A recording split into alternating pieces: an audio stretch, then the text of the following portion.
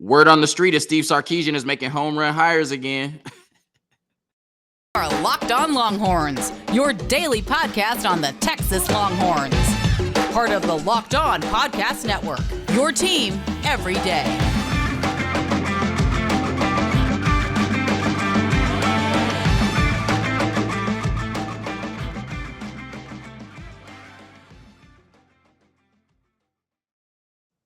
Locked On Longhorns, the show. Jonathan Davis, your host. Today's episode of Locked On Longhorns is brought to you by FanDuel Sportsbook, the official sportsbook of Locked On. Make every moment more. Visit FanDuel.com/Locked On today to get started. On today's episode of Locked On Longhorns, we're discussing Steve Sarkisian. He has hired 3 special assistants to the head coach, 1 for each unit on this football team: offense, defense, and special teams. We discussed that. Then we talk about the Texas baseball team, a number 2 seed in the NCAA tournament. They are headed to Florida in the Coral Gables region. We discuss all of that and more on today's episode of Locked On Longhorns, part of the Locked On Podcast Network, your team every day. So we're going to start with Steve Sarkisian. And as I mentioned in the open, he has hired 3 special assistants to the head coach: Paul Chryst, the former Pittsburgh and Wisconsin head coach, most notably on the offensive side of the ball; Payam Saadat on the defensive side of the ball; and Joe DecaMillis will be helping out Jeff Banks on special teams. And when you look at this position, as Texas fans and people around the program, we were kind of patiently or anxiously waiting to see how Sark would replace Gary Patterson, who held this role last year. And we found out maybe around January or February that he probably would not be returning to the 40 acres this year. Now, it remains to be seen if he'll return to the 40 acres at some point. That definitely has been rumored, but we know that he won't be on staff this year. And Steve Sarkisian, instead of replacing Gary Patterson as a one-off, decided to bring in 3 special assistants to the head coach to help on each side of the ball, or each unit, as I should say, on this football team. And when you look at these hires that Steve Sarkisian has made, these are big hires, right? These are big names in their respective fields, right? In terms of head coaching, or you talk about Payam Saadat on the defensive side of the ball, when you talk about Joe DecaMillis, somebody who has coached special teams for 3 decades in the NFL, right? These are heavy hitters on their respective sides of the ball. And when you look at what Steve Sarkisian is able to do with these hires, it tells me that he's willing to leave no stone unturned in terms of winning for this football team this year and getting this Texas program back on track and back to the level that we're accustomed to seeing, right? Back to Texas being at the top of college football, where we belong. Because when you look at on the offensive side of the ball, I think Kyle Flood has done an amazing job in terms of the run game and the development of the offensive line, right? He has proven himself to be one of the best in the business. But that doesn't mean he can't benefit from bringing in an exceptional mind and head coach, former head coach, like Paul Chryst, right? So even though you're already really good on the offensive side of the ball in terms of your staff, you can get better. And that's what he did. In terms of the defense, I think Pete Kakowski has established himself as one of the best defensive minds in college football. And I think this year will go a long way towards securing that and proving it, right? But that doesn't mean that he can't benefit from bringing in somebody who has 2 decades of experience in Payam Saadat. And I thought that our special teams were really effective last year. If I remember correctly, I think our first touchdown of the season, you would have made a ton of money on FanDuel if you would have bet this. I think our first touchdown of the season was a blocked punt return for Keelan Robinson. So our special teams were really good last year. But that doesn't mean that Jeff Banks can't benefit from Joe DecaMillis, who, like I said, has spent 3 decades in the NFL being on the staff, right? So this shows me that he's willing to leave no stone unturned in terms of winning this year, bringing these 3 men on staff. And also it shows me that he has no ego when it comes to winning and running this program. And a lot has been made about, oh, this is how Nick Saban runs his program at Alabama. And that's very true, right? We've seen for the last decade that Nick Saban has hired a lot of high-profile coaches to come on staff at Alabama and kind of rehab their image, right? It's the coaches' rehabilitation clinic, where they come there after they've been fired. They, spend 2 years on a really good staff at Alabama, on a really good team, and then, they kind of get back into coaching. That's what happened with Steve Sarkisian, right? To a lesser extent. But I think it's different in terms of what Nick Saban is doing at Alabama compared to what Steve Sarkisian is doing at Texas. Because Nick Saban can't bring anybody on his staff that has a more impressive resume than Nick Saban, right? There's a different power dynamic there. Steve Sarkisian has brought 2 people on his staff who unquestionably have more impressive coaching resumes than Steve Sarkisian. And that shows me he has no ego when it comes to winning and getting this football team back on track. You cannot make an argument that Steve Sarkisian has a more impressive coaching resume than Gary Patterson. But he brought Gary Patterson on staff to help this Texas football team.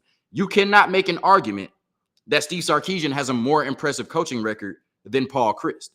But yet Steve Sarkisian brought Paul Chryst on his staff to help this Texas football team. To me, that speaks volumes about the type of man and leader that Steve Sarkisian is at the University of Texas. And I think it speaks volumes as well that Paul Chryst and Gary Patterson, with the resumes they have, would come on staff as assistants to Steve Sarkisian. I think it shows that they have all the faith in the world in Steve Sarkisian, and they have faith in what he's building at the University of Texas, as do we all. It seems as though really exciting times are ahead at the 40 acres. So we're going to talk about all three special assistants to the head coach. I think we want to talk about Paul Chryst first. I feel like that is the biggest name of the three. That's probably the longest home run, right? I think they're all home run hires, but this is probably the 480-foot one. This is the one in Coors Field, right? If you're in Colorado. Paul Chryst, former Pittsburgh and Wisconsin head coach, a career 66% winning percentage, 7-2 in bowl games, and his career, his record at Wisconsin was even more impressive. 4 10-win seasons, another 9-win season on top of that. He won 72% of his games at Wisconsin. And when you think of his times at Wisconsin, you think of that power run game, right? You think of Jonathan Taylor and what he was able to do at Wisconsin. That was under Paul Chryst, and he has a very similar philosophy to Kyle Flood. So when you're bringing in, two very strong offensive minds who have two philosophies that are similar, but there probably are some differences in terms of how they want to operate in the run game, how they want to operate in terms of the offensive line with different gap blocking and zone blocking schemes, right? How they want to operate with their tight ends, how they want to operate with their personnel. It's a benefit that for the most part, they want to do the same thing. For the most part, they have the same ideologies, and where they differ may help each other, right? That's where the iron sharpens iron. Paul Chryst may see something that Kyle Flood doesn't see, and vice versa. Kyle Flood may see something that Paul Chryst doesn't see. All in all, it benefits this Texas football team. And so when you look at that philosophy, we saw a lot of big personnel and multiple tight ends last year blocking inside zone and gap schemes downhill. And that's what you saw for the majority of Paul Chryst's tenure at Wisconsin, a very successful tenure in which he won 72% of his games. And one thing he did really well at Wisconsin, which is going to benefit JT Sanders, I think, is he did a really good job of utilizing his tight ends, right? I know when we think of Wisconsin, we think all about the run game, but the tight ends were really successful at Wisconsin. And I think JT Sanders can benefit from another mind in the building like Paul Chryst, who was able to do that in his time as a head coach. And he's going to be, I think, really helpful in terms of game planning, right? I think that's where,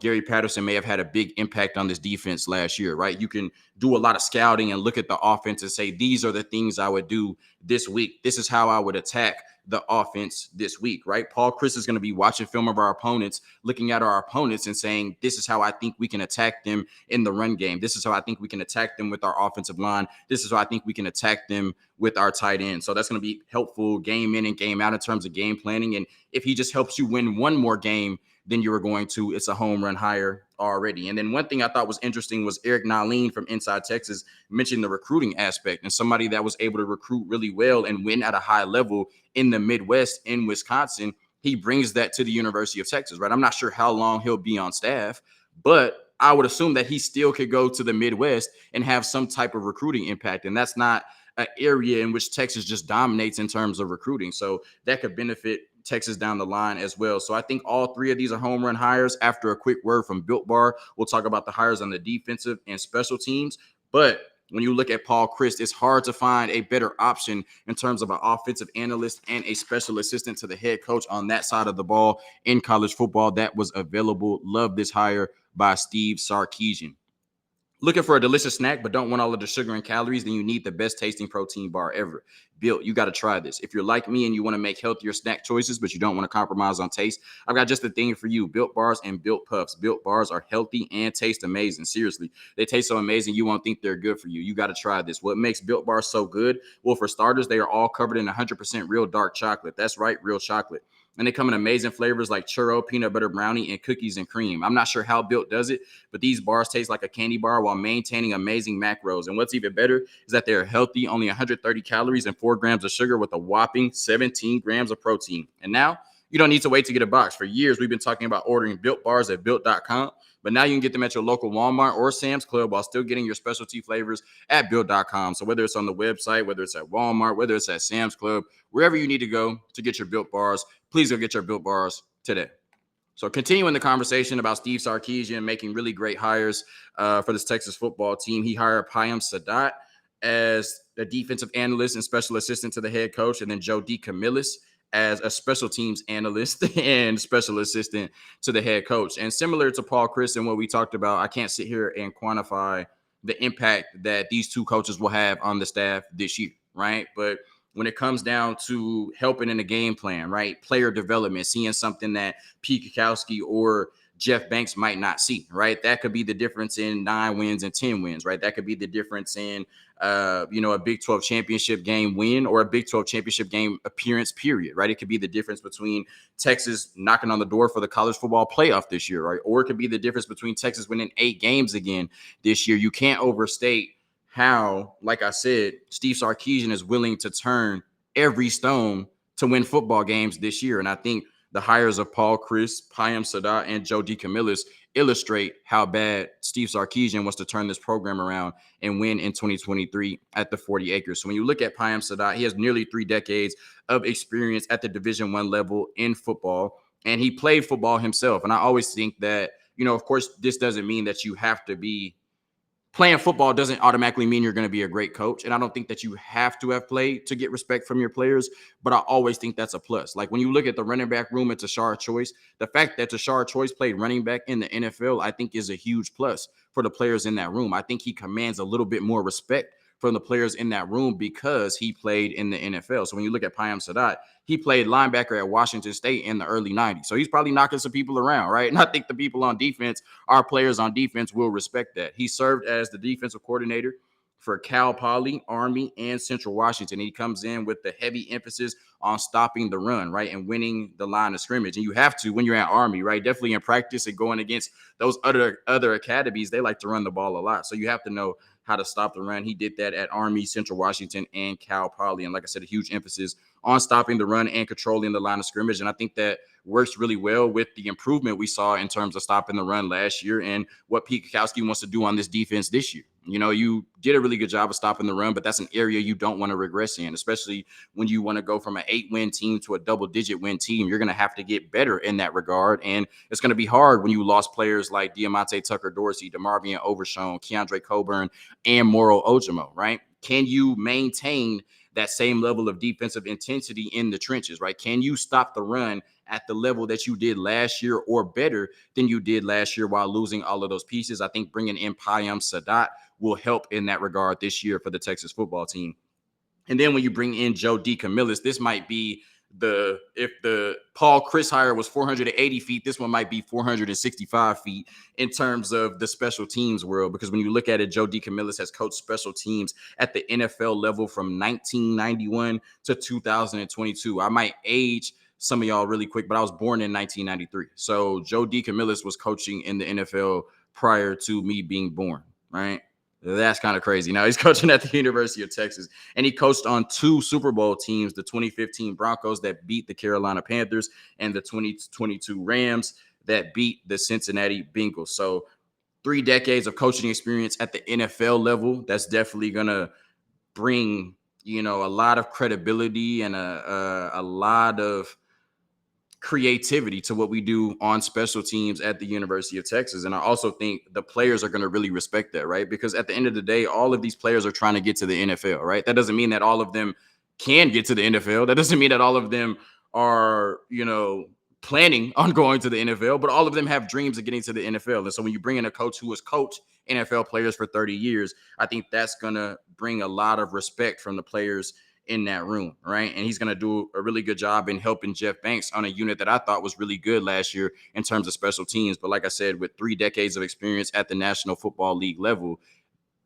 anything he can bring to this Texas football team is a plus. And I think you could say that about all three analysts that Steve Sarkisian hired. So really good hires by Steve Sarkisian. I love every move. And I think these are the types of moves you need to make when you're trying to get into that 10-win conference championship, national championship conversation, because it's the little things at this point that get you from 8 wins to 10 wins, right? It's the little things in the margin that separate the good teams from the great teams and the great teams from the elite teams. And these are the type of moves that Steve Sarkisian is making. These moves make you an elite team down the run. A quick word from our sponsors, and then we're going to talk about the Texas baseball team headed to Florida, number 2 seed in the Coral Gables Regional, headed to Miami. All right, so the Texas baseball team, they're a number 2 seed in the NCAA tournament, and we were trying to figure out where they would be headed for a regional. We had high hopes of them playing in Austin, Texas, in a regional, and that did not happen when they went to the Big 12 tournament and did not have the best showing, losing the first 2 games and getting eliminated in the first round, headed home. And I think that this is favorable, right? As the 2 seed headed to Coral Gables, I think that most people just didn't want to go to Baton Rouge and have to play LSU, and that was not the case. So, I think this is a win for Texas. And in your bracket, you have Miami at number 1, you have Louisiana at number 3, and you have Maine at number 4, with Texas being the 2 seed. So you have to feel like this is a very favorable, winnable bracket for this Texas baseball team. And when you look at the schedule, it's going to start on Friday, right? Texas will play against Louisiana on Friday, and then they would play again on Saturday, and then a game 6 would be on Sunday with a possible game 7 on Monday. And you know the drill. The Texas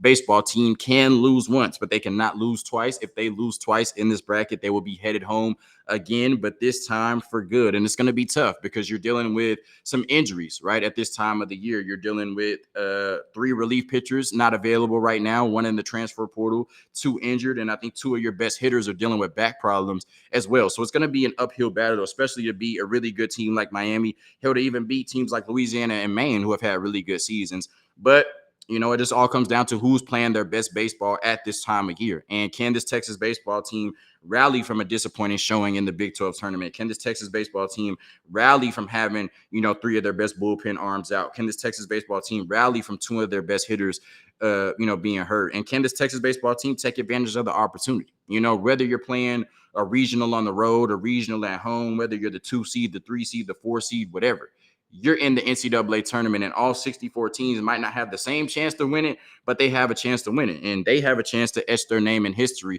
regardless of who they're missing and regardless of who's in front of them in terms of who they have to play Friday, Saturday, Sunday, Monday, or beyond, right? So we'll see what this Texas baseball team is made of. I think they have a ton of talent. I think they got a shot in the arm bringing Tanner Witt back, and I think they have a really good chance to do something special this season. Will they do it? We'll see on Friday moving forward. Thank you for tuning in to another episode of Locked On Longhorns, part of the Locked On Podcast Network. Your team every day. Hook 'em. Peace.